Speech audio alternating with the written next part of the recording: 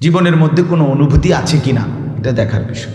আমি নতুন করে কোনো ভাবনা আমার মধ্যে আসলো কিনা, কোনো ফিকির তৈরি হলো কিনা, এটা হলো মূল বিষয়। আল্লাহ নবী সাল্লাল্লাহু আলাইহি ওয়াসাল্লাম ইরশাদ করেছেন, ইস্তাফতি কলবাক, তুমি তোমার দিলকে প্রশ্ন করো, তোমার দিল কি বলে, অন্তর কি বলে। আখিরাতের জন্য বর্তমান যে অবস্থানে আছি, এই অবস্থা থেকে আখিরাতে হাসরের ময়দানে দাঁড়াইলে টিকবো তো?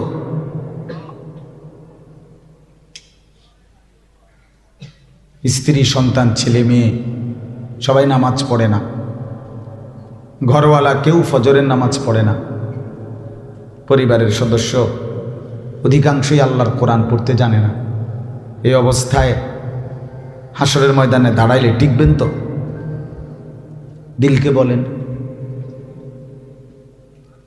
আজকে 20 বছর আপনার ঘরে রঙিন টেলিভিশন চলে, প্রতিদিন আপনার স্ত্রী, ছেলে মেয়ে নর্তকীর নাচ, সিনেমা, নাটক, নাচ, গান এগুলো দেখে আপনার ঘরে। তো এই অবস্থায় আপনি কবরে গেলে, হাসরের ময়দানে দাঁড়াইলে আখিরাত জাহান্নাম থেকে মুক্তি মিলবে তো? 60 বছর 70 বছর বয়স, এখনো বিড়ি সিগারেট খান, এখনো চা দোকানে টেলিভিশন দেখেন, এখনো কথা বললে গালি ছাড়া কথা বলতে পারেন না, এখনো আপনি সুদের লেনদেন করেন। এই অবস্থায় হাসরের ময়দানে দাঁড়াইলে টিকবেন তো? আল্লাহ তাআলার কাছ থেকে মাফ পাবেন তো? ভাবেন। আমি আমাকে নিয়ে ভাবি, আপনি আপনাকে নিয়ে ভাবেন। ইস্তাফতি কলবা, এদিকে তাকান, এদিকে তাকান। অতএব এরকম একটু ভাবনা ফিকির নিয়ে আল্লাহ নবী বলছে, তুমি ভাবো, বলো, তোমার মনকে তুমি প্রশ্ন করো, দিলকে বলো। তামাশা করলে হবে না চাচা, খামখেয়ালি করলে। আল্লাহ ভরসা। হ্যাঁ, আও যত কয় হুজুররা এত না, কইবার সময় কিছু বাড়াইয়াও কয়। এই সমস্ত ফাজিলি কথা, কথা বুঝেন না? এই সমস্ত ফাঁকনা কথা, এগুলা মাটির উর্ফে যদিও বলা যায়, আল্লাহর দোহাই মাটির তলে বললে প্রথম পিডার লগে সোজা করে লাগে। বুঝেন না? এনে মস্কারি করলে হবে না।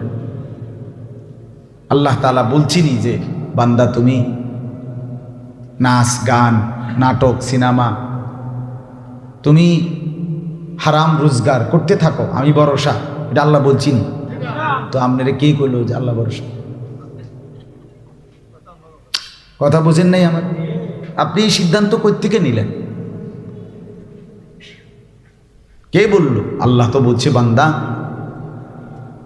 তুমি তওবা করো, গুনাহ ছেড়ে দাও, আর করবা না, ওয়াদা দাও, লজ্জিত হয়ে মাফ চাও, আমি ভরসা।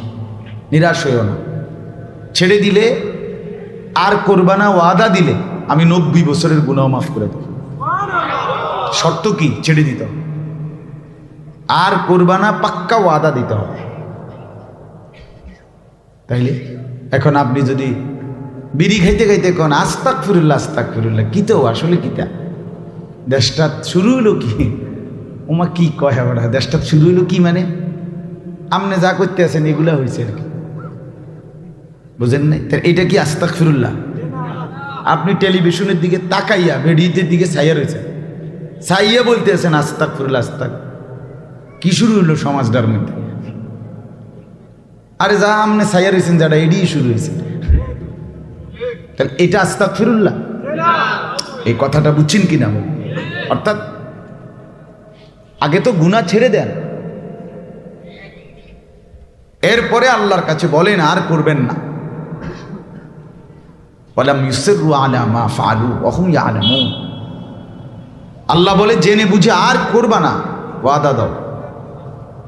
আল্লাহ বলেন তুমি যদি বলতে পারো আমিও বলবো, বিনিময়ে আমি তোমার সব মাফ করে দেব। উলাইকা জাযাউহুম মাগফিরাতুম মির রাব্বি, আমি পুরা মাফ। তুমি আসবা 1 বিঘত, আমি আসবো 1 হাত। তুমি আসবা 1 হাত, আমি আসবো 2 হাত। তুমি আসবা হাঁটতে হাঁটতে, আমি রহমত মাগফিরাত নিয়ে আসবো দৌড়তে দৌড়তে। ইন আতাইতানি লাইলান আতাইতুকা লাইলান। আল্লাহ তাআলা বলে, বান্দা তুমি যদি রাতে আসো, আমি রাতেই আসবো। তুমি যদি দিনে আসো, আমি দিনেই আসবো। তুমি আসবা যখন, আমিও মাগফিরাত নিয়ে আসবো তখন। আও তুমি ওয়াসারিউ ইলা মাগফিরাতিম মির রাব্বিকুম। আল্লাহ তাআলা বলেন, আমার বান্দা দ্রুত আসো। সারিউ মানে জলদি করো। আও না বান্দা, জলদি আসো, আমি মাফ করে দেব। যে শর্ত 3টা। শর্ত কয়টা? 1, গুনাহ ছেড়ে দিতে হবে, আর করবে না, ওয়াদা দিতে হবে, লজ্জিত হয়ে মাফ চাইতে হবে। মাতবুরি দেখাইলে হইতো না, অহংকারী ভাব নিয়ে বললে হবে। এজন্য ইস্তাফতি কালবাক। দেখেন, আমি প্রতিদিন বলি, জুমার বয়ান, মাহফিলের বয়ান, আল্লাহওয়ালাদের বয়ান, সব কিছুর মধ্যে মূল মাকসাদ আপনার জিন্দিগির মধ্যে আপনি পরিবর্তন হবেন কিনা, আপনি বদলাবেন কিনা, আপনার মানসিকতা চেঞ্জ কিছুটা হলো কিনা, এটা হলো মূল বিষয়। হুজুর জোহরের পরে একজন, আসরের পরে একজন, মাগরিবের পরে একজন, এশার পরে 2 জন, মনে করেন 5 জন হুজুরে ওয়াজ করবে। আমনে সিদ্ধান্ত আমি কোনো বিড়িখানা ছাড়তাম, তো হুজুর 5 জন আইন নেই কি আর 50 জন আইন নেই কি? কথা বুঝেন না? হুজুর আনতে আনতে মনে করেন সাদের দেশের থেকে হুজুর আনছে। প্রধান বক্তা আইসে মনে করেন মঙ্গল গ্রহের থেকে, বিশাল হুজুর, একবারে ফিকাফে করে আনছে হোতাইয়া। 8-10 জন কান্দে করে মাথা তালগি দিয়ে আইন থুইছে, এত বড় হুজুরিটা। কিন্তু আপনার ঘর থেকে টেলিভিশনের আওয়াজ, আপনার সিদ্ধান্ত বন্ধ হবে না। তো হুজুর চাঁদের দেশ থেকে আসলেই কি, মঙ্গল গ্রহ থেকে আসলেই কি? বলেন আমার, আপনি তো বদলাবেন না, আপনার ফয়সালা আপনি পরিবর্তন হবেন না। আমি যেভাবে আছি এইভাবেই থাকবো, তাইলে তো ভাব হবে না। মোমেন গুনার উপরে জমে থাকে না। কথাটা মনোযোগ দিয়ে, একজন হইলে একজন বোঝে, আলাদা শুনেন, আলাদা। আমি প্রতিদিন বলি, আলাদা শুনবেন, আলাদা আলাদা, বুঝছেন? মানে সবার মাঝে থেকেও আপনি আলাদা। আপনি মনে মনে ভাবেন ডানে বামে কেউ না শুনুক, আমি শুনতেছি, আমি শুনবো আমার আল্লাহর কথা, আমার দিলের সাথে আমি বোঝাপড়া করি। আহা, আমার কি হবে, আমার কি হবে? সমস্ত আম্বিয়ায়ে কেরাম হাসরের ময়দানে বলবে, ইয়া রব্বি নফসি নফসি, ইয়া রব্বি নফসি নফসি। ইব্রাহিম আলাইহিস সালাম হযরত ইসমাঈল আলাইহিস সালামকে, ওনার ছেলেকে দেখবে। রাসূল বলছেন সাল্লাল্লাহু আলাইহি ওয়াসাল্লাম, নবীজি বলেন, ইব্রাহিম নবী তার ছেলে ইসমাঈলকে দেখার পরেও হাসরের ময়দানে একবারও ডাকবে, বলবে শুধু ইয়া রব্বি নফসি নফসি। হযরত ইয়াকুব আলাইহিস সালাম 40 বছর একটানা ইউসুফের জন্য কাঁদছে। ওয়াবিয়াদ্দাত আইনাহু মিনাল হুজন, কোরআনের আয়াত। আল্লাহ বলেন, ইউসুফের জন্য কাঁদতে কাঁদতে ইয়াকুব নবীর 2 চোখ অন্ধ হয়ে সাদা হয়ে গেছে। আল্লাহ রাসূল সাল্লাল্লাহু আলাইহি ওয়াসাল্লাম বলেন, খোদার কসম, সেই হাসরের মাঠে সেই ইয়াকুব নবী ইউসুফকে সামনে দেখেও একবারও পরিচয়ও দিবে না, ডাকবেও ইয়া রব্বি নফসি নফসি, ইয়া রব্বি নফসি নফসি। আল্লাহ আমাকে বাঁচান, আমাকে বাঁচান। হযরত মূসা আলাইহিস সালাম ওনার মা, ওনার বোন দুইজনকেই দেখবে, বলবে লা আসআলুকা আল-ইয়াওমা উম্মি ওয়ালা উখতি। আল্লাহ, আজ আমি মাকে চাই না, বোনকে চাই। বাল আসআলুকা আল-ইয়াওমা নফসি, বরং আমি আমার নিজেকে বাঁচাইতে চাই। এভাবে, এই কারণে বাপ ওয়ালতানজুর, আল্লাহ বলছে ওয়ালতানজুর নাফসুম মা কদ্দামাত লিগাদ। হে ঈমানদার, প্রত্যেকেই দেখো, আল্লাহকে ভয় করো এবং দেখো আগামীকাল কিয়ামত, আজ তুমি কি পাঠাইছো। কথা বুঝছেন না? আগামীকাল কি? কিয়ামত। আজ তুমি কি পাঠাইছো? মা কদ্দামাত লি গাদিন, গাদিন মানে আগামীকাল, আগামীকালকের জন্য আজ দুনিয়া কি পাঠিয়েছ? তাফসীরের মধ্যে লিখছে আখিরাতের হিসাবে দুনিয়ার প্রথম দিন থেকে কিয়ামতের দিন পর্যন্ত পুরাটা দুনিয়ার সময়টা একদিন। কয়দিন? এই জন্য আমাদের গ্রামগঞ্জে সব সময় মানুষ কথায় কথায় বলে না যে কাল কিয়ামতের দিন, কাল কিয়ামত কয় না, মানে কালকে। পুরাটা দুনিয়ার সময় আমার হায়াত না, পুরা দুনিয়ার হায়াত একদিন। আগামীকাল কিয়ামত। মা কদ্দাম, রব্বুল আলামিন বলেন বাতাস করো, চলো কি পাঠিয়েছ, কি পাঠিয়েছ বান্দা বলো। কোরআনুল কারীমের মধ্যে আছে ইদাস সামাউন ফাতারাত ওয়া ইদাল কাওয়াকিবুন তাসারাত। ইসরাফিল যখন ফু দিবে, আমি আল্লাহ আসমান ভেঙ্গে চুরচুর করে ফেলব। কাঁচ যেভাবে ভাঙ্গে, এইভাবে আমি আল্লাহ আসমান ভেঙ্গে চুরচুর করে, চূর্ণ বিচূর্ণ করে নিচে ফেলবো জমিনের। কল্পনা করেন তো। ওয়া ইদাল কাওয়াকিবুন তাসারাত, তারকারাজি খসে খসে পড়বে। আমার শায়েখ আল্লামা মুফতি মুশতাকুন নবী সাহেব বলেন, এই আপনাদের এই যে লাইট, এগুলো এই যে এনে যে কয়টা লাইট জ্বালানো আছে, টিউব লাইট, আমরা সবাই এমনি বসা মনে করেন যার যার জায়গায়, হঠাৎ এগুলো মনে করেন একটা একটা করে ঠাস ঠাস করে ফাড়া শুরু করছে, ধাম ধাম করে ফাইটা যাচ্ছে। এই শুধু এই লাইটটি, আমাদের হালাত কি হবে? কথা বলেন না। এই 10টা লাইটের এরকম ফাটলে যদি আমাদের হালাত এমন হয়, কোটি কোটি তারকা যখন খসে খসে পড়বে, আসমান যখন ভেঙে ভেঙে পড়বে, আপনার আমার দিলের হালাত কি হবে? ফাইদাল বিহারু ফুজ্জিরাত, আল্লাহ বলেন সাগর, নদী, পুকুর, সর্বত্র পানিগুলো ভীষণ গরম, টকবগে উত্তপ্ত গরম হয়ে কিছুক্ষণের মধ্যে শূন্যে শুকায় যাবে, উড়ে যাবে। এরপরে আল্লাহ বলেন আলিমাত নাফসুম মা কদ্দামাত ওয়া আখার। এই কথাটা বলার জন্য বলতেছি। আল্লাহ বলেন এরপরেই প্রত্যেক মানুষ দেখতে পাবে হাসরের মাঠে গিয়ে যা সে নিজের হায়াতে থাকাকালীন করেছিল, যা তার মৃত্যুর পরে তার নামে হয়েছিল। দুইটা দেখবেন। এক, আপনি যা করেছিলেন তাও আপনার আমল নামায় পাবেন। আপনার নামে যা হয়েছিল, মানে আপনি যা করে গেছিলেন দুনিয়ায়, এখন সেটা চলছে, হয় ভালো কাজ নয় মন্দ কাজ। আপনি এই মসজিদটা করে গেছেন, অথবা এখানে টাকা দিছেন, এরপরে যত বন্দিগি, এটাও আপনার নেকি।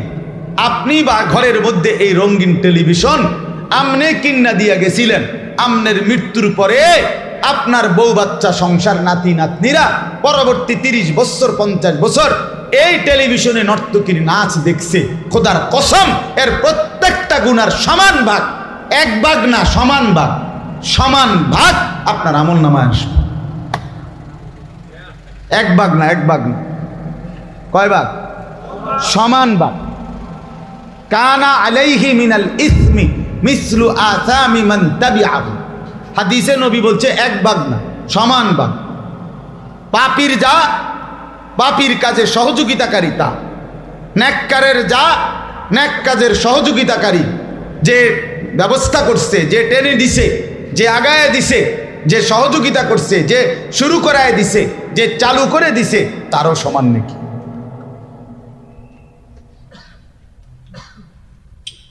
হ্যাঁ, এই জন্য বাপ আমার, এই কথাটা আল্লাহ তাআলা একবার দুইবার বলে না। আপনি যেটা ফেলাই দিবেন, যে একদিন মাইকে কদ্দুর কইয়া গেছে, বেটা কি কইছত কোনো বুঝিও না, কইতে কইতে তোরা সিনজি একটা লইয়া গেছত গা, মাইক কিছু বুঝি বেটা গোড়ার ডিম। বিষয়টা এমন না, কথা বোঝেন না? আমরা পোস্টার দুইয়ান লাগাইছত বেটা, পোস্টার কি সবাই বুঝিনি? আমরা কি সবাই ফুটতারিনি? হ্যাঁ, তোর লেহা তুই ফুটছ, তা আমরা বুঝছি না। এই কথা বলে হাসরের ময়দানে বাচ্চা যাবেন তো? এটা পোস্টার না, এটা একবেলা মার্কেটিং, মাইকিং, এটা হ্যান্ডবিল না কাকা। কত হাজার বার আপনি কল্পনা করেন আপনার কানে মসজিদের মিনারা থেকে আজান ঢুকছে। হায়াতের এই বছরগুলোতে যার বয়স 30, 40, 50, 60, 70, আপনি বলেন এই পর্যন্ত আপনি কতগুলো লাশ দেখছেন? হ্যাঁ, কত জানাজা আপনি পড়ছেন, কত কবরস্থান আপনি দেখছেন, এত লাশ, এত জানাজা, এত মানুষের মৃত্যু, আপনার কলিজার মধ্যে কোনো নড়াচড়া আনতে পারলো না? একবারও ভাবলেন না এই জলজ্জান্ত মানুষটা হাঁটতো, চলতো, উঠতো, বসতো, দৌড়তো, ছুটতো, সেই জীবন্ত জলজ্জান্ত ব্যস্ত মানুষটা এভাবে আমার চোখের সামনে একদম নিস্তব্ধ, হাতও নড়ে না, পাও নড়ে না, চোখও মেলে না, কানেও শুনে না। আপনি কি কিছুই বুঝলেন না? কিছুই বুঝলেন, ব্যস্ত শুধু। আর জানাজার মাঠে আইসাও জিঙ্গায় খানাটা কোন দিন, খানাটা কোন দিন করবা? আজকে কইয়া লাইলে ভালো ছিল না, সবাই কি আর একসাথে ফাইবানি? বুঝেন নাই? খানাটা কইয়া লাও, আজকে কইয়া লাও খানাটা। খানাটা কোন দিন? 4 দিনের খানাটা কোন দিন? এটা ডেট করে লাইলে ভালো ছিল। বেটা মরছে, মরছে বাবুরে, বেটার সমস্যা, বেটা মরে গেছে, কিন্তু আমাদের তো কোনো অসুবিধা না, আমরা বাতে না খামো। বুঝছেন না কথা? উনি মরে গেছে, মরে গেছে, খানাটা কইয়া লাও, সবাই আর পাইবেন। আহা মুসলমান, এক মানুষের মৃত্যু আমার জন্য এই তো সবক যে আমার খানা কোন দিন। মানুষের মৃত্যুতে আমার শিক্ষা হলো এটাই যে আমার খানা মিলবে কোন দিন, এটা না। কথা এই ছিল, বলেন না? ইনসাফ কি বলে? ইনসাফ ছিল, এই কি ছিল ইনসাফ? আমারে কত মানুষ জিজ্ঞাসা করে কত সময়, হুজুর শহরে বন্দর থেকে, ঢাকা ঢুকার থেকে আত্মীয় স্বজন আইয়ালাইছে, আজকে জানাজার দিন, কালকে আবার সবাই যায় বোগা, 3 দিন পরে আবার খানাটা করতে গেলে একটু ঝামেলা হয়, লোকটি আবার আইন ঝামেলা। চাইছিলাম কালকে করে লেতাম খানাটা। আপনি কি কন? আমি প্রায় বলি, যেই আমার জিগা, আমি বলেন চাচা ভাই, আমার খেয়াল আজকে রাইতে যদি কষ্ট করে খানাটা করে লাইতেন সবচেয়ে উত্তম হয়। ফার্মের মুরগা সারা রাইতে পাওয়া যায়, কথা বোঝেন না? ফার্মের মুরগা তো কি পাওয়া যায়? সারা রাইতে পাওয়া যায়। কষ্ট করে চান না, আজকে রাইতে রাইতে যদি খানাটা সেরে, কারণ বলা তো যায় না, আগামীকাল সকাল পর্যন্ত যদি একটা লোক মারা যায়, এই বেচারা তো একটা ফার্মের মুরগার একটা টুরকা না খাইয়া মরে গেল, আহা এ বেটার কলজাটা তো ফাইটটা, কবর ফাইটটা বাইরিব, এ বেটা তো এক টুরা গোস্ত না খাইয়া মরে গেছে। মানে খানা হইল মেইন জিনিস, খানা। লাশ, মৃত্যু আমাদেরকে এই সবক দেওয়ার কথা ছিল। আফসোসের ব্যাপার, আফসোসের ব্যাপার। এজন্য বাপ আমার এতগুলো কথা বললাম, উদ্দেশ্য এই কথা আজকের জন্য না, সব সময়ের জন্য। আল্লাহর কথা যখন শুনবেন, মানার মানসিকতা নিয়ে শুনবেন, গ্রহণ করার মানসিকতা নিয়ে শুনবেন, পরিবর্তনের মানসিকতা নিয়ে আসুন। আপনি মানুষ, আপনি পারবেন। আপনি স্কুলে পড়ছেন, কি হয়েছে? আপনি মাদ্রাসায় পড়েন নাই, কি হয়েছে? আপনি মুসলমান, আপনি মরবেন না তো আপনাকে যেতে হবে না? আপনি কিছুই পড়েন নাই ছোটবেলায়, মূর্খ। কিতা মূর্খ? আপনি মূর্খ মানে সরু সরিয়া পারেন না, আপনি কোনটা চিনেন না, কথা বলেন না। একজন শিক্ষিত মানুষ যেটারে টাইলস বলে, যে বেটা টিপসই দেয়, এবার এটারে মাটি কয়। মেম্বার সাহেব কন, এটা কি মাটি কয়? বেটা কি কয়? না না না, টাইলস রে। একজন মূর্খ একবারে বকলম, নামও দস্তখত দিতারে না, কথা বুঝেন নাই? এবড়া মনে করেন শিক্ষিত লোকরা টাইলসের টাইলস কয়, এবড়া কি মাটি কয়? কি কয়? তো এবড়া না বলে মূর্খ। কথা কন না, আপনি কন, ইনসাফ কন। এবড়া শিক্ষিত লোকে যেটারে ফাঙ্গাস কয়, এবড়া যেহেতু মূর্খ, এবড়া এটারে তেলাফিয়া কয়। কি কয়? তো অসুবিধা কি হয়েছে? এবড়া এবড়া কি চিনে না? না মানে এবড়া চিনে না কোনটা? কি বেড়া চিনে না, না বেড়ি চিনে না, না রাত চিনে না, না দিন চিনে না, না হাসি চিনে না, কান্না চিনে না, না আপেল চিনে না, না মালটা চিনে না, কিতা চিনে না এবার। তো আপনি সমস্যাটা কি হয়েছে বলেন? আমরা মূর্খ মানুষ, আমরা সাধারণ মানুষ, আমরা গ্রামের মানুষ। হ্যাঁ, আলাপ নি করেন, এটি আলাপ করেন না। কারে শুনেন এই সমস্ত ফাজিলি কথা? চা দোকানের কথা না, হাসরের ময়দানের কথা এগুলো, কবরের কথা এগুলো।